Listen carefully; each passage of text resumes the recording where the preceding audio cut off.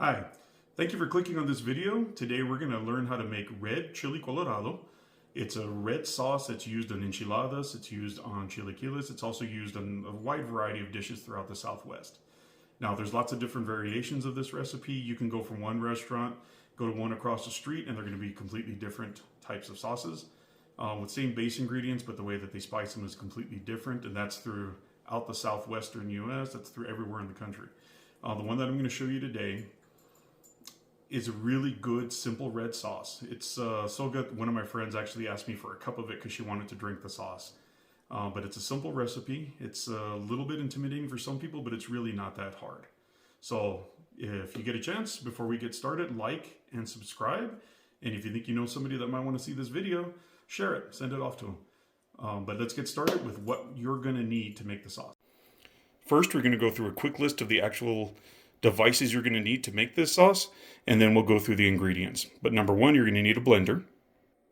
You're going to need a standard strainer. You're going to need 1/2 cup measuring cup. You're going to need one set of tongs, preferably with a silicone tip so it doesn't tear the tortillas at the end of the show. A large strainer is helpful but not necessary. You don't have to hand grate the cheese, but it is a little bit better tasting when you do. You can use pre-shredded cheese, though, if that's up to you. And, of course, a pan to put it all in. Of course, our first ingredient is going to be red chili pods. This is a 9-ounce package that you can get in most grocery stores nowadays. This is a mild version. You can also get hot, and if it's too hot, you can combine the two to make a nice medium mix. You're going to need about a tablespoon of salt. This is about a 1/2 tablespoon of oregano, dried oregano. This is a 1/2 tablespoon of minced garlic. Here we have about a 1/2 tablespoon of dried garlic powdered. You're going to need about a 1/2 an onion diced. And the other 1/2 of your onion you're going to use in your blender when you mix your sauce. Now today I'm going to be using a 1/2 cup of flour. Now the amount of flour that you use can vary quite a bit. You can use a 1/4 cup, you can use a 1/2 cup. It all has to do with how thick you want your sauce to be. So as it's simmering on the stove, it's going to get a little thicker and a little thicker the more flour you use, of course, as it renders down. And lastly, 1 Poblano pepper. We're going to roast this on an open fire. You can either do this on your stove or you can do it outside on your grill. I recommend doing it outside on your grill because it is going to fill the house with a little bit of smoke and a lot of flavor. Today, for demonstration purposes, we're going to toast this poblano pepper over an open fire on a gas stove. You can just place it directly on. And once you start to hear it sizzling, you go ahead and start flipping it. You're going to start flipping it pretty regularly. And you're going to want this outer shell of the pepper to become soft so that you can peel that off and get straight to what's underneath. I'm not sure if the camera's picking this up, but you can see right here it's starting to change color already. And this is going to take about 4 minutes, 5 minutes, somewhere around there. Now if you don't want to do this on your stove just like this, you can put it in a pan and toast it that way, or you can use your grill outside. I know some people don't have gas stoves, some people have electric stoves, and they wouldn't be able to do it this way, so just get yourself a nice frying pan, put it on top, just a touch of oil, very little, and it should work just fine. See, as you can see right here, it's starting to become a little bit discolored. That's what you're looking for. You want to coat the whole pepper. You want it all to look like this so that you'll notice that the peel just comes right off. I know you can't smell this out there, but it is starting to smell really nice. Just filling the air with a nice peppery smell from this poblano. Now some people have asked me why I toast these peppers and how come I don't just put them in straight fresh right into the sauce. Well, the reason is when you toast them, it creates a different flavor. That little bit of a smoky flavor, and that's what you want inside the sauce. That's the flavor that I'm looking for to mix with the red chili pods. This is about done. Needs about another minute, minute and a half, and we'll set it to the side. As you can see, our poblano pepper is done. It's got a little bit of black on it, but don't worry about that. Once it cools off, you peel it off just like this. You take off that outer layer, and you're good to go with everything underneath. So you actually want a little bit of this blackening all around the pepper. Makes it a little bit easier to peel them when you're done. Okay, now for these red chili pods. Well, the poblano's over there cooling off. Just grab them, break off the end, go ahead and dump the seeds, and just keep going down the line. Do that for all of them. Try and dump out as many of the seeds as you can. We really don't want those in our mix. And then you're going to want to rinse these off really, really well. Sometimes another thing that you want to remember while you're doing this, as you remove the seeds, the top with the stem on it, go ahead and discard that. I've got a little trash bag sitting there. Yeah, the only part that you're going to want is the main part of the chili. And if there's a few seeds that get stuck in there, that's fine. You don't have to remove all of them. That's why you're going to strain this after we're done cooking and blending it. So now our chili pods have been de-seeded, and they've been thoroughly rinsed in the sink through a strainer. Now we've got them in a pot about 3/4 of the way full with water with medium to high heat. And what you want to do is you want to just keep stirring these every once in a while. It only takes about 15 minutes for them to soften. As you can see, when you pick up one side, they're still fairly firm. You want these to droop when you pick them up, and that's how you know that they're done. So it doesn't take too long though, just about 15 minutes or so.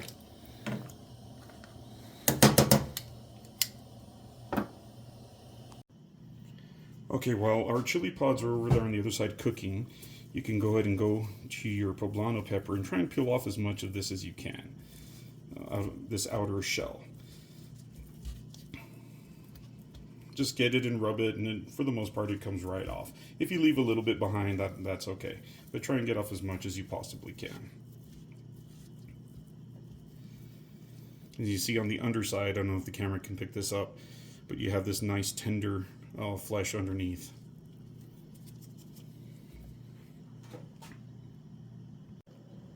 Now I know most people will go through these videos first, look at them, and then decide if they want to try doing the recipe or not. Just to let you know, the poblano is not an absolute necessity on this particular recipe, but it does help with the flavor quite a bit. So if you can do this step, it will help your sauce quite a bit.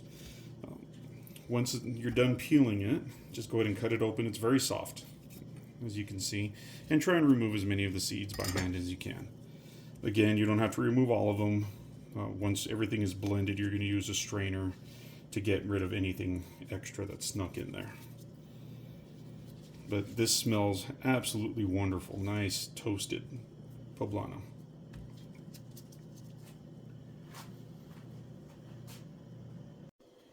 The chili pods are still cooking away over there, so now I chopped the onion just a little bit. You can leave it in big chunks. The blender is going to take care of most of that for you.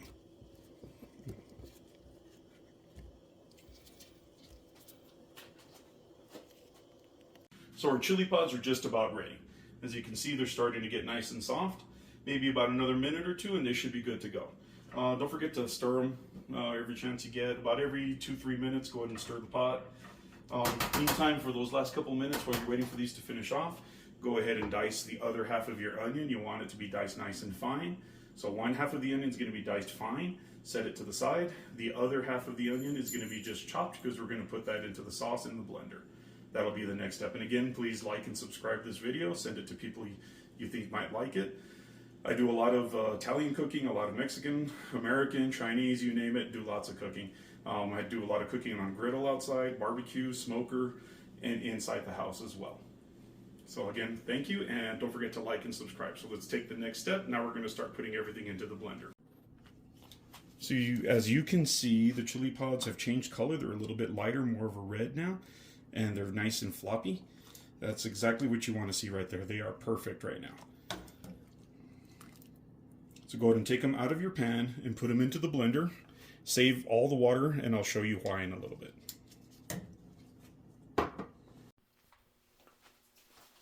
So as you can see, these chili pods are nice and soft. They've changed color. They're ready to go. Go ahead and put them into your blender. Go ahead and take as much of the liquid from here. Don't let it drip. Just put it straight into the blender. You're going to want a little bit of the liquid from in here to go in for your mix, because it adds a lot of flavor to your sauce. Now, if you can't do this all in one shot, if you have a smaller blender, no big deal. Just do it in 2 batches.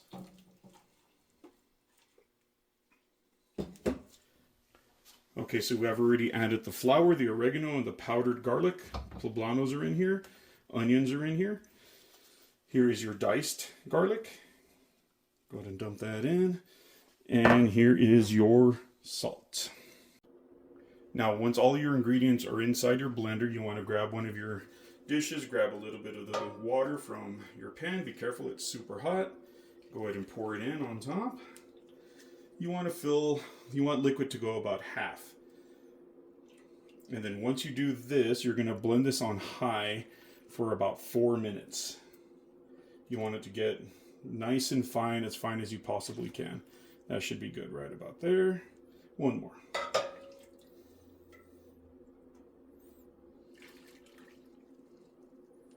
Now the rest of the water in your pan, go ahead and hang on to that. We're going to use that a little bit later.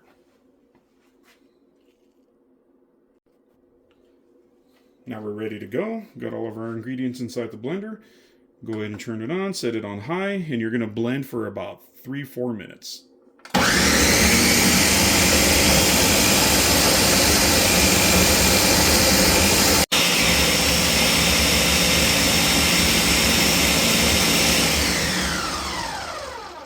Okay, it's been about 3-4 minutes of blending. Looks nice and smooth. You don't see any big pieces left in here.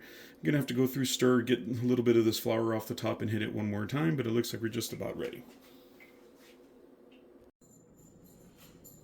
Okay, our red chili sauce is ready to go up here. Next thing we want to do is grab a clear bowl. It doesn't have to be a clear bowl, just grab a bowl. If you use a plastic bowl, they tend to get stained with this sauce, so it's better to use glass if you can. Go ahead and put your strainer on top, and the rest of the water that you use to cook your chili pods, go ahead and strain it into this bowl, because you're going to see there's going to be little pieces of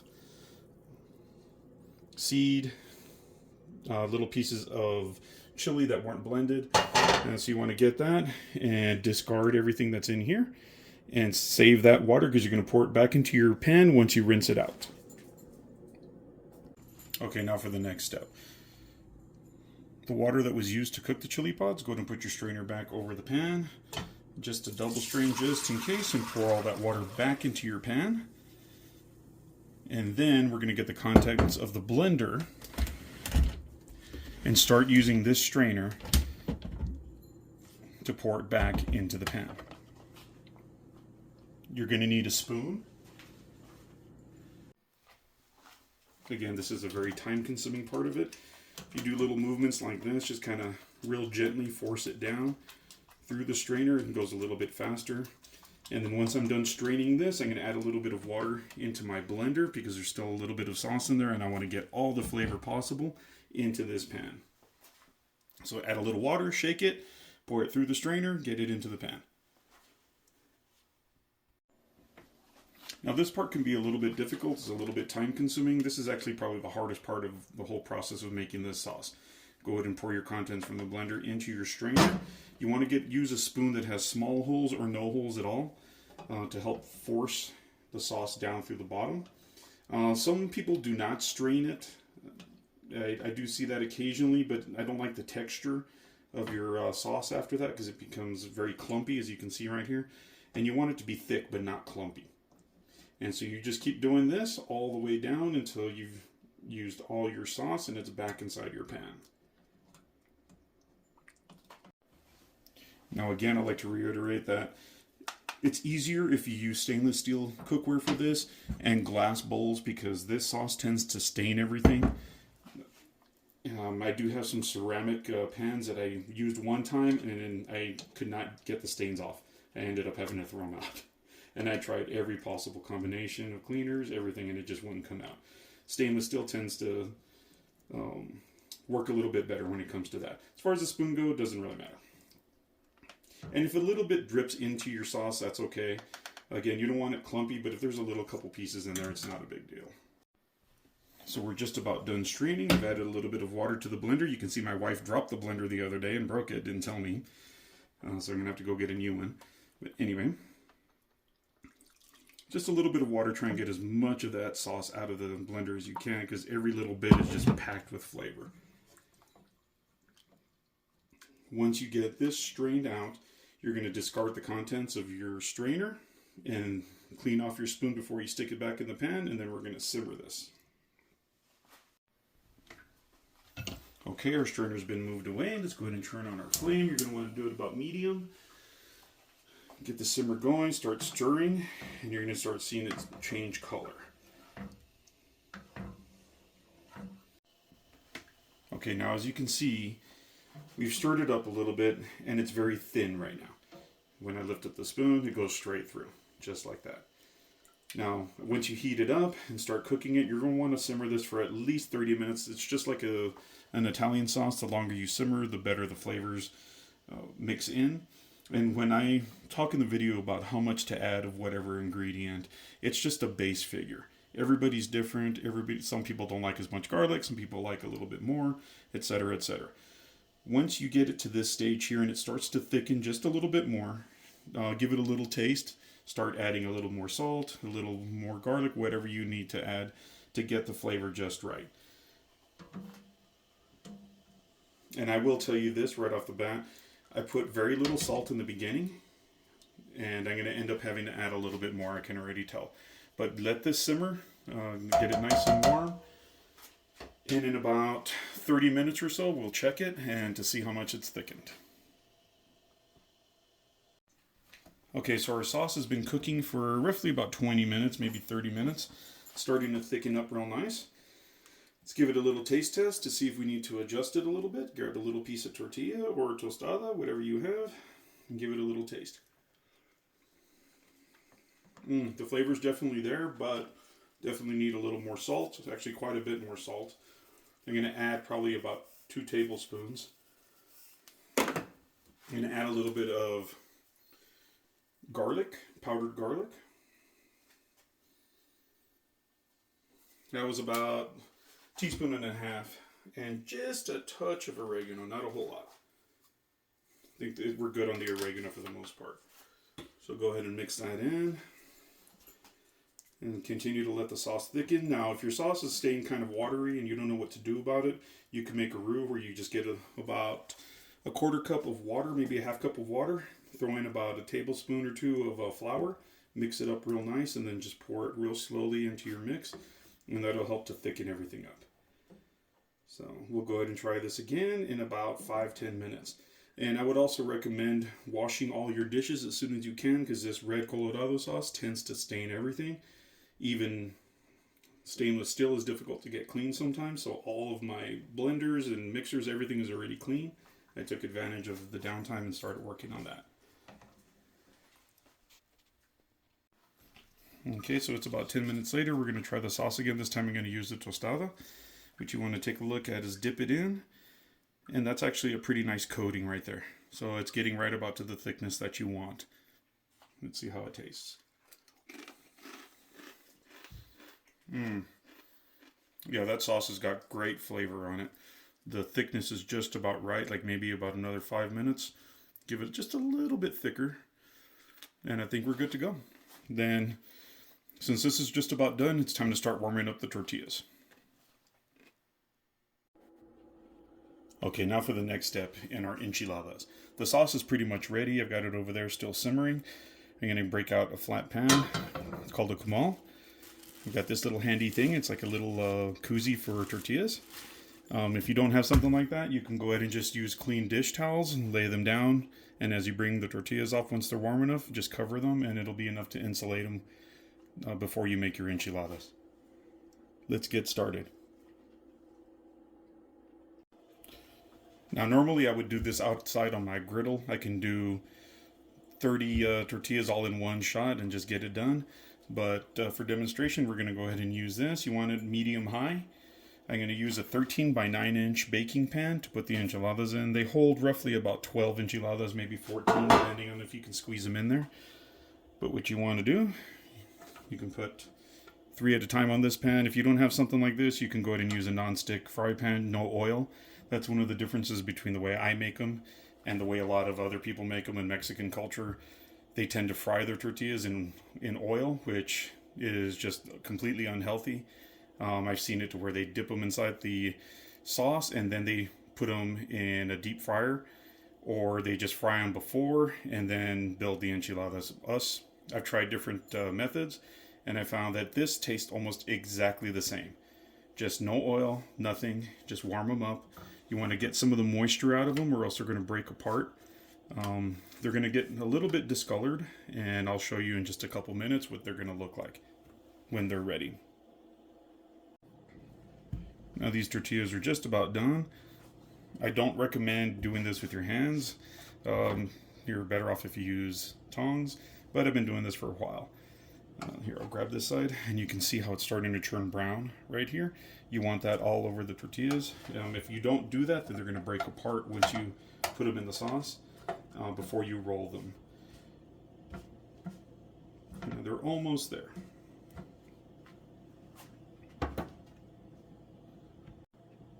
Okay, so these tortillas look like they're ready. I might have left them on there a little bit too long. Yeah, but they're just about right. So go ahead and remove these. Put another batch. You're going to want to have at least 14 of them ready. I'm not exactly sure how much I can fit on that pan, but that's a good number. That way you have plenty and you can always add another pan. Because I'm going to make 2 trays. Now, with the extra sauce that I have, it keeps very well in the freezer. I tend to put it in a freezer bag and zip it up and store it in there. It's good for about a year inside the freezer, but it never lasts that long. It's usually gone within a couple weeks.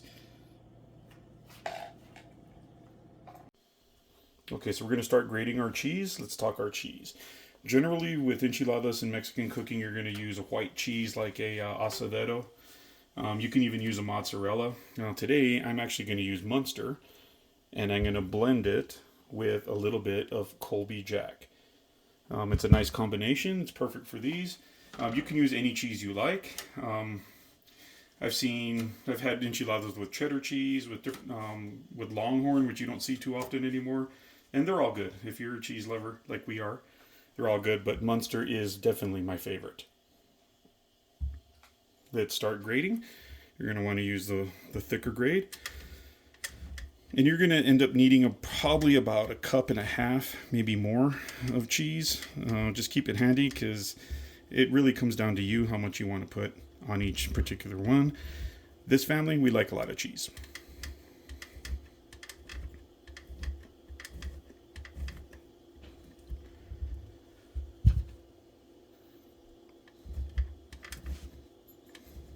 And then once I get all this grated, we're going to go ahead and blend it.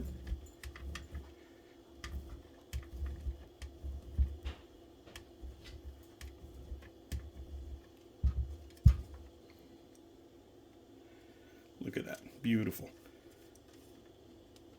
Let's go ahead and mix it up a little bit. Doesn't have to be perfect. And that's enough to get started right there. Okay, so now we're ready to assemble the enchiladas. I've got my cheese here. It's a combination of the Munster and the Colby Jack. We have our diced onions. And we have our tortillas here. And some tongs, because you're going to need these for sure. Go ahead, while you're starting this, preset your oven for 350 degrees. You are going to bake these. They don't have to bake that long, but here we go. So you just get your tortilla. That one was a little folded. Get your tortilla, drop it in the chili, both sides. See, look at that nice color on there. Sauce is a little bit thinner than I would like it, but I'm going to keep cooking it to help it render down a little bit more before I store it. So once you do that, add your layer of cheese, add your onions, and with one hand roll it. The reason why I'm telling you to do this with one hand is because if you do not, you're going to make a big mess. So that's basically it. I like to leave my right hand free, drop it in with the tongs, dip, twist, get the excess off, and just put it right there with the right hand. And it's actually better if you put the onions in first, because since they're all white and the cheese is white, it's hard to tell how many onions you're putting in. And this is just personal choice, so you put in as many as you like. If you want a little more, put in a little more. If a little less, put in a little less. But it does add a nice flavor to everything. And then just roll them, and then just keep going down the line.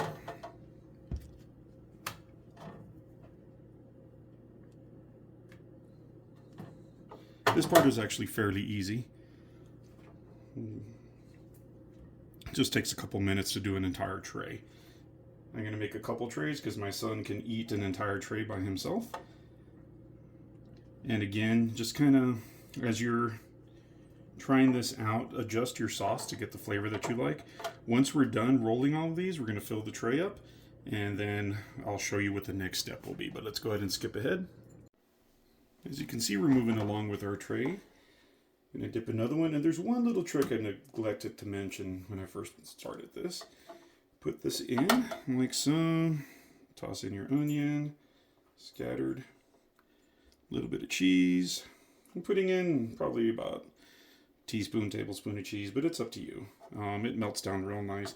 But as you're folding these, or rolling them, just get them, twist them, and you want to roll them to where this open side is down. That way they don't come apart and they stay right there. You're going to do 2 going the other direction, 2 here, and that's going to be 1, 2, 3, 4, 5, 6, 7, 8, 9, 10, 11, 12. So we're going to be able to put 12 inside this pan, and I believe this is a 13 by 9. Yes, it is. And we're going to do about 2 trays. One thing that I have noticed over the years is the chili, when you freeze it or when it sits for quite a while, the flavors get even better. It tends to get a little bit spicier though. I don't understand the physics of it, but that definitely does happen. So just something to keep in mind. But once we're done, we'll show you the next step. Okay, as you can see, our tray is just about complete. What we're going to do now is you're just going to get a large spoon, get a little bit of your sauce, no slotting on it, make sure it's a complete spoon.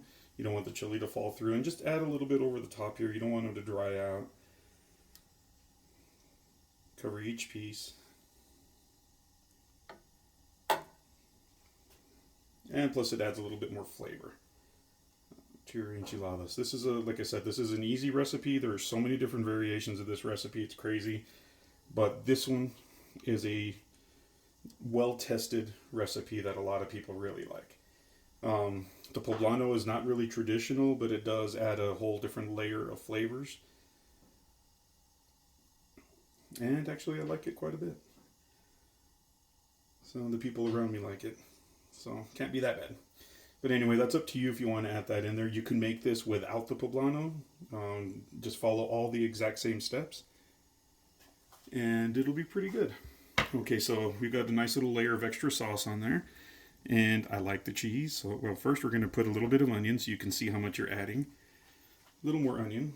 Just sprinkle liberally all the way across. Do it from a little bit higher distance, and it'll spread out a little bit better. So, but just a little bit. And then a little bit of cheese right down the middle, just like that.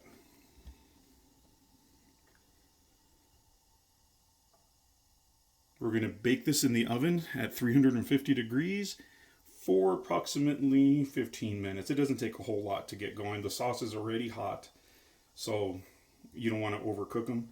You don't want to dry them out. I do cover them with foil. Take one last look. Okay. And like I said, we're going to bake this for just a few minutes, about 15 minutes, and we'll see how they are. Make sure you get a nice tight seal on there. Like I said, you don't want them drying out. And into the oven they go. Okay, I will see you in about 15 minutes. Okay, it's been about 15 minutes. Let's go ahead and take out the tray of enchiladas from the oven and let's see how they look.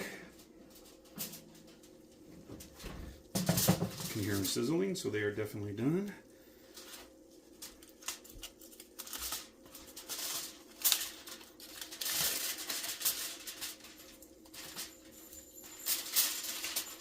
there they are. Look at that. Beautiful. Absolutely perfect. Gonna let them cool down for a couple seconds and then we'll give them a try, see how they are. Okay, let's go ahead and try out our finished product. Here's our enchiladas ready to go.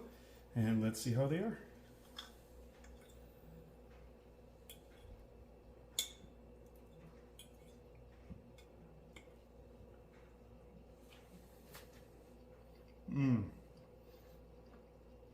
That sauce came out perfect. You got the flavor of the red sauce, all the other spices with a little bit of poblano in the background. Exactly what I was looking for. Give it a try.